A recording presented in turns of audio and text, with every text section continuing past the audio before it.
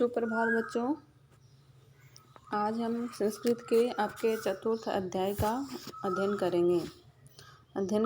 अध्याय का नाम क्या? सदैव पूर्तो निधिः चरणम। अध्याय का सभी नाम देखे अच्छे से। सदैव पूर्तो निधिः चरणम। सदैव यानी हमेशा, पूर्तो यानी आगे की ओर, निधि यानी रखो, चरणम यानी अपने कदम।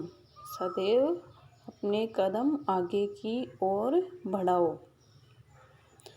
अब इस नाम के बारे में हम थोड़ा सा चैप्टर के बारे में बता देती हूँ आपको कि ये किससे संबंध में है।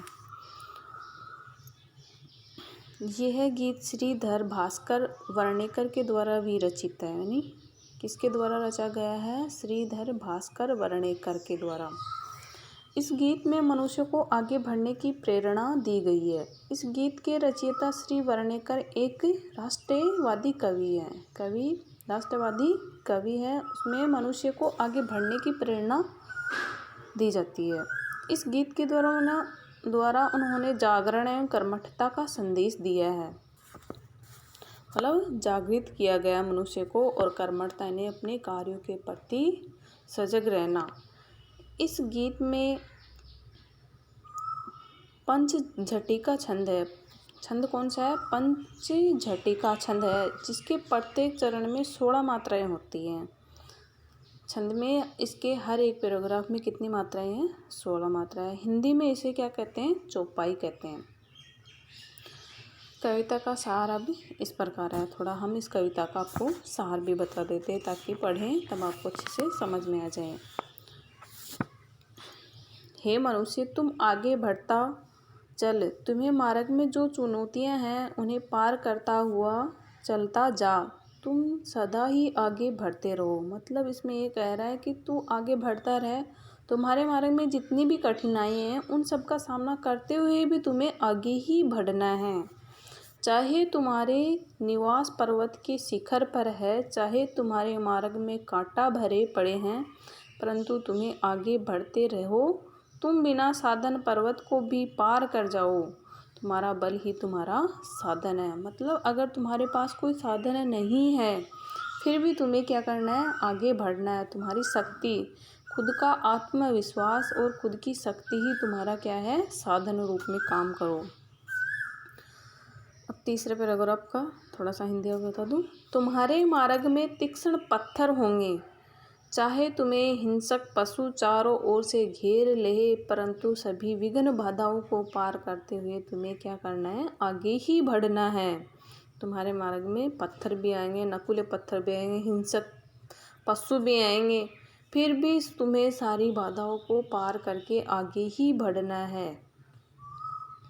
लास्ट पैराग्राफ में है, हे मनुष्य, तुम भय का त्याग करो और शक्ति का सेवन करो। तुम अपने रास्ते से प्रेम करो। अपने लक्ष्य के विषय में निरंतर चिंतन करते रहो। तुम अपने मार्ग पर आगे बढ़ते रहो। मतलब तुम हमेशा डर को दूर भगाओ और अपनी शक्ति को याद रखो, राष्ट्रीय प्रेम को याद रखो, और अपना जो लक्ष्य है उसको निरंतर याद रखोगे तो आप आगे बढ़ते रहोगे, और हर मुश्किल में भी आपको आगे बढ़ना है। तो ये कविता आपकी बहुत ही अच्छी कविता है। तो आपको भी इस कविता से यही सीख लेना है कि हमें आगे बढ़ते रहना है हमेशा। चलो तो अब हम कविता पढ़ लेते हैं। कविता का पहला पैराग्राफ है, चल चल पूर्तो निधेहि चरणम, सदैव पूर्तो निधेहि चरणम। गिरि शिखरे ननु निज निकेतनम, विनेव यान नगारोहणम, बलम स्वेकीय भवति साधनम, सदैव पूर्तो निधेहि चरणम। चल चल पूर्तो निधेहि चरणम यानी चल यानी आगे, चले यानी चलो चलो, पूर्ते यानी आगे की ओर, निधेहि यानी रखो, चरणम यानी अपने कदम। चलो चलो, पूर्ते यानी आगे की ओर, निधि यानी रखो, चरणम यानी अपने कदम आगे की ओर रखो। सदैव पूर्तो निधेहि चरणम, हमेशा, सदैव यानी हमेशा, पूर्तो यानी आगे की ओर निधे यानी रखो चरण, हमेशा अपने चरण कैसे आगे की ओर ही रखो। गिरि शिखरे ननु निज निकेतनम, गिरि शिखरे यानी पर्वत के शिखर पर, ननु यानी निश्चित ही, निज निकेतनम आपका घर, निज यानी अपना, निकेतनम यानी घर, चाहे आपका घर निश्चित ही पर्वत की चोटी के ऊपर हो। विनेव यान नगारोहणम, बिना यान के भी, विनेव यानी बिना, यानम यानी साधन के, नगारोहणम पर्वत पर चढ़ो। बलम स्वकीय भवती साधनम, बलम यानी बल ही आपकी शक्ति, स्वकीय यानी आपकी शक्ति ही, साधनम यानी साधन का कार्य करेगी।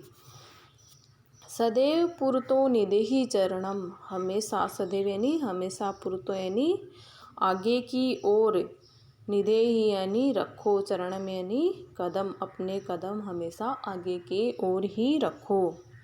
यहाँ तक सभी को समझ में आ गया? वापस बता देते हैं आपको। चलै चलै पुरतो निदेहि चरणम, सदैव पुरतो निदेहि चरणम, चलो चलो रखो, निदेहि यानी अपने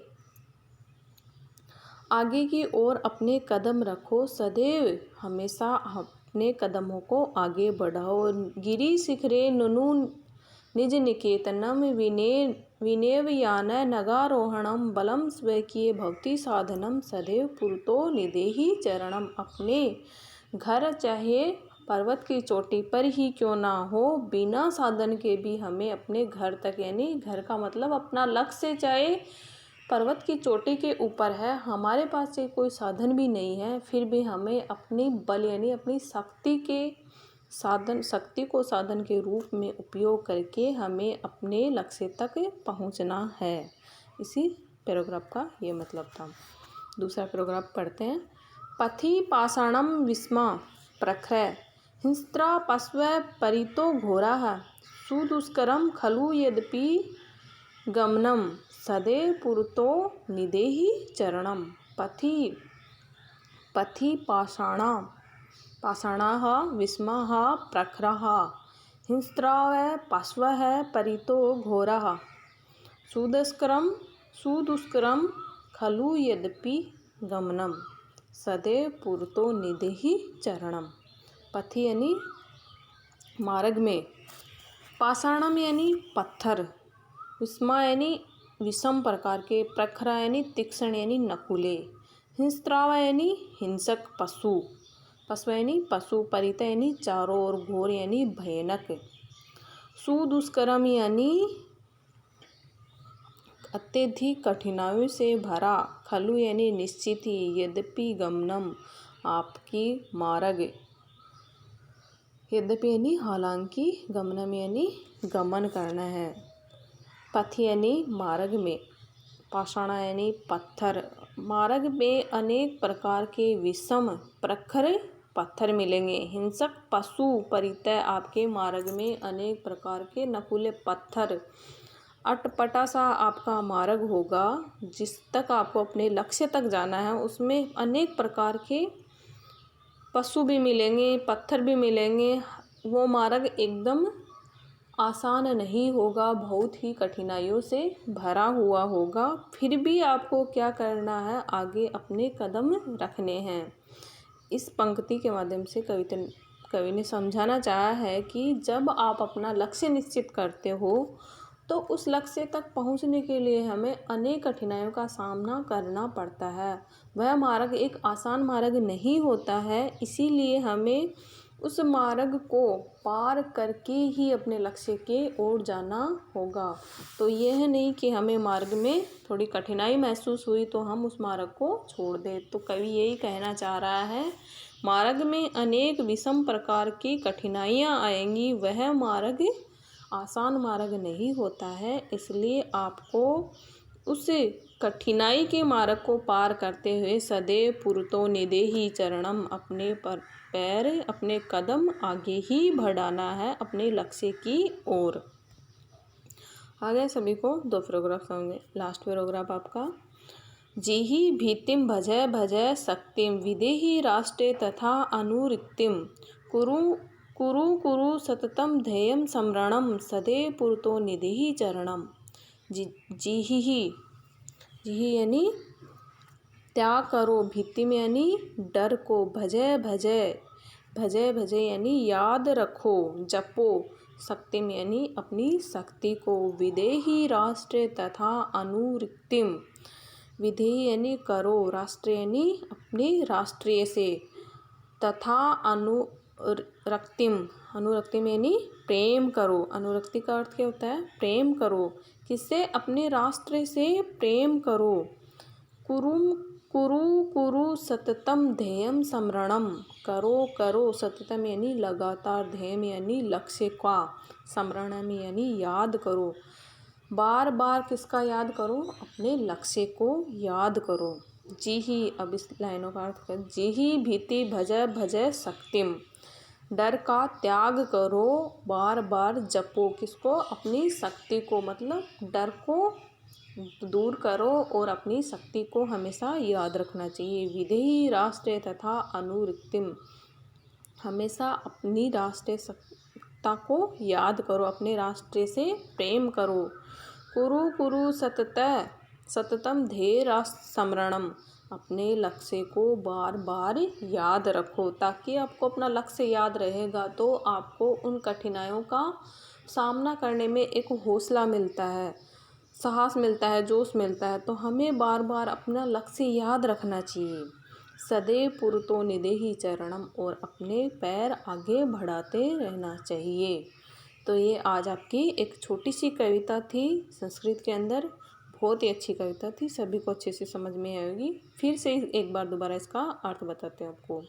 इस कविता में श्री धर भास्कर वर्णेकर हमें ये कहना चाह रहा है कि हमें जब भी हम अपना लक्ष्य निर्धारित करते हैं तो हमें हमेशा अपने कदम आगे की ओर बढ़ाने चाहिए, चाहे वह हमारा हमसे बहुत ही दूर हो हमारा लक्ष्य, फिर भी हमें बिना कोई साधन ना भी हो तो भी हमें अपनी शक्ति का साधन के रूप में उपयोग करके आगे बढ़ना चाहिए। चाहे उसका हमारा कितना भी कठिन हो तो भी हमें पीछे नहीं हटना चाहिए, हमारे कदम आगे ही बढ़ाने हैं। हमारे डर को भगाकर हमें अपनी शक्ति का याद करना, हमें अपने राष्ट्र से प्रेम करना है, और सबसे ज़्यादा हमें हमारे लक्ष्य को बार बार याद करके हमें हमारे लक्ष्य को से प्यार करना है, ताकि हमारे कदम आगे बढ़े और हमें अपने लक्ष्य तक पहुंचने में सहायता मिले।